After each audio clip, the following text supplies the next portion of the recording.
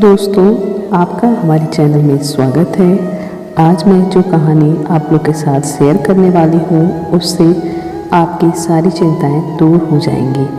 मैं उम्मीद करती हूँ कि आपको इस कहानी से बहुत कुछ सीखने को मिलने वाला है, इसलिए इस कहानी को अंत तक ध्यान से ज़रूर सुनिए। तो बिना समय को गंवाए चलिए कहानी की शुरुआत करते हैं। दोस्तों, इस कहानी की शुरुआत होती है एक बिजनेसमैन से जो अपने बिजनेस को लेकर काफ़ी चिंता किया करता था कि क्या होगा आगे आने वाले कल में और कैसे काम आगे बढ़ेगा और उनके इस व्यवसाय को उनका बच्चा संभाल पाएगा या नहीं। दोस्तों, उस बिजनेसमैन का एक लड़का भी था जो उनसे काफ़ी बार कहता रहता था कि पापा, आप मुझे हमारे इस बिज़नेस को संभालने का एक मौका दीजिए, क्योंकि अब मुझे भी बिजनेस करना आ गया है। लेकिन वो व्यक्ति कभी भी अपने बेटे को मौका नहीं देता। एक दिन की बात है, इस बिजनेसमैन को दिल का दौरा पड़ जाता है और इसके चलते उनको हॉस्पिटल में भर्ती किया जाता है। जैसे ही ये खबर उनके बेटे को पता चलती है, उनका बेटा दौड़ करके हॉस्पिटल में पहुंचता है। बेटा हॉस्पिटल में पहुंचने के बाद देखा कि उसके पापा अब एडमिट हैं। जब वो डॉक्टर से मुलाकात करता है तो डॉक्टर्स बताते हैं कि आपके पापा अब पहले से थोड़ा ठीक हैं और धीरे धीरे करके वे अब रिकवर हो जाएंगे। फिर उस लड़के ने अपने एक दोस्त को कॉल करके कहा और वहाँ पर हॉस्पिटल में बुला लिया। फिर उसका दोस्त वहाँ पर आता है और उससे पूछता है कि क्या हुआ भाई। उस बिजनेसमैन के लड़के ने अपने दोस्त से कहा कि मेरे पापा को दिल का दौरा आया है और उन्हें अस्पताल में एडमिट किया गया है। इसके बाद उस बिजनेसमैन का लड़का अपने दोस्त से कहता है कि चल ना ज़रा बाहर चल के आ जाते हैं, बहुत देर हो गई है इधर। और फिर दोनों अस्पताल से बाहर चले जाते हैं। जब वो दोनों अस्पताल से बाहर जाते हैं तब उनको एक आइसक्रीम वाला दिखाई देता है। फिर उस बिजनेसमैन के लड़के ने अपने दोस्त से कहा कि यार चलो भाई, आ जाओ आइसक्रीम खा। ये बात सुनकर उसका दोस्त थोड़ा चौंकता है और मन ही मन कहता है ये क्या पागलपन है, पापा अंदर भर्ती हैं और ये यहाँ आइसक्रीम खाने की बात सोच रहा है। फिर उन दोनों ने आइसक्रीम खरीद ली और वे दोनों आइसक्रीम खाने लगे।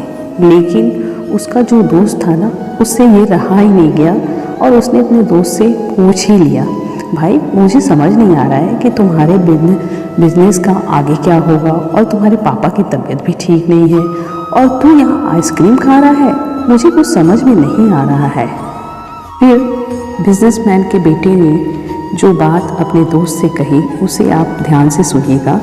उसने अपने मित्र से कहा कि मुझे ये मालूम है कि तू ये सोच रहा होगा कि मेरे पापा एडमिट हैं और मैं यहाँ पर आइसक्रीम खा रहा हूँ, मज़े ले रहा हूँ, पर ऐसा कुछ नहीं है।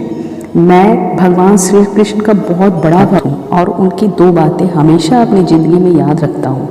पहली बात जो हम सबको पता है कि काम करना है और फल की चिंता नहीं करनी है, इसलिए जो होगा देखा जाएगा।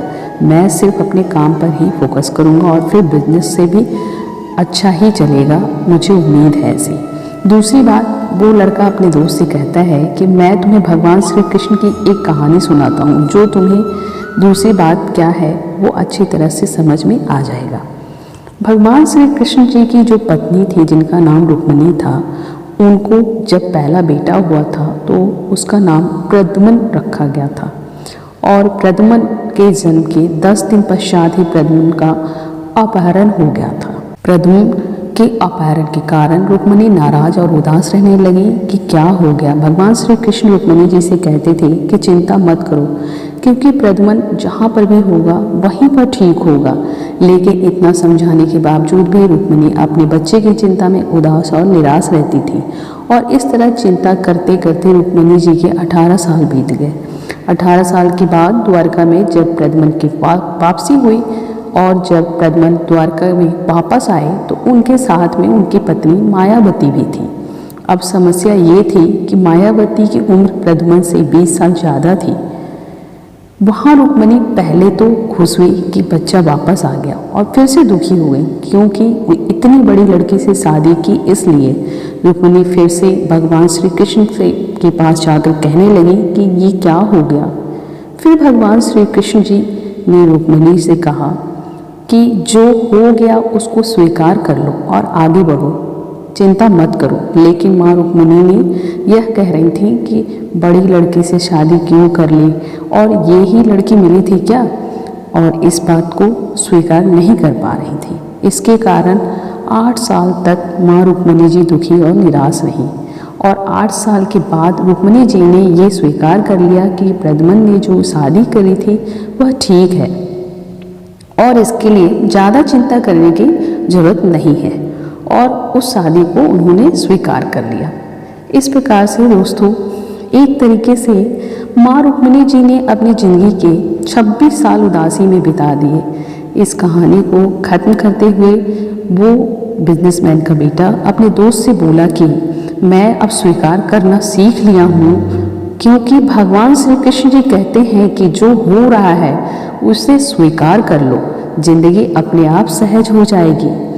दोस्तों, ये छोटी सी कहानी जो हमें 2 बड़ी बातें सिखाती है, और यही बातें मैं आपके साथ शेयर करना चाहती थी कि हमारी ज़िंदगी में जो कुछ भी घटता है उसे स्वीकार करना सीख लीजिए और फिर ज़िंदगी अपने आप सहज हो जाएगी। हमारे नियंत्रण में जितनी भी चीज़ें हैं उन चीज़ों पर तो हमें ज़रूर नियंत्रण रखना चाहिए, लेकिन जो चीज़ें हमारे नियंत्रण से बाहर है उन चीज़ों को हमें स्वीकार कर लेना चाहिए।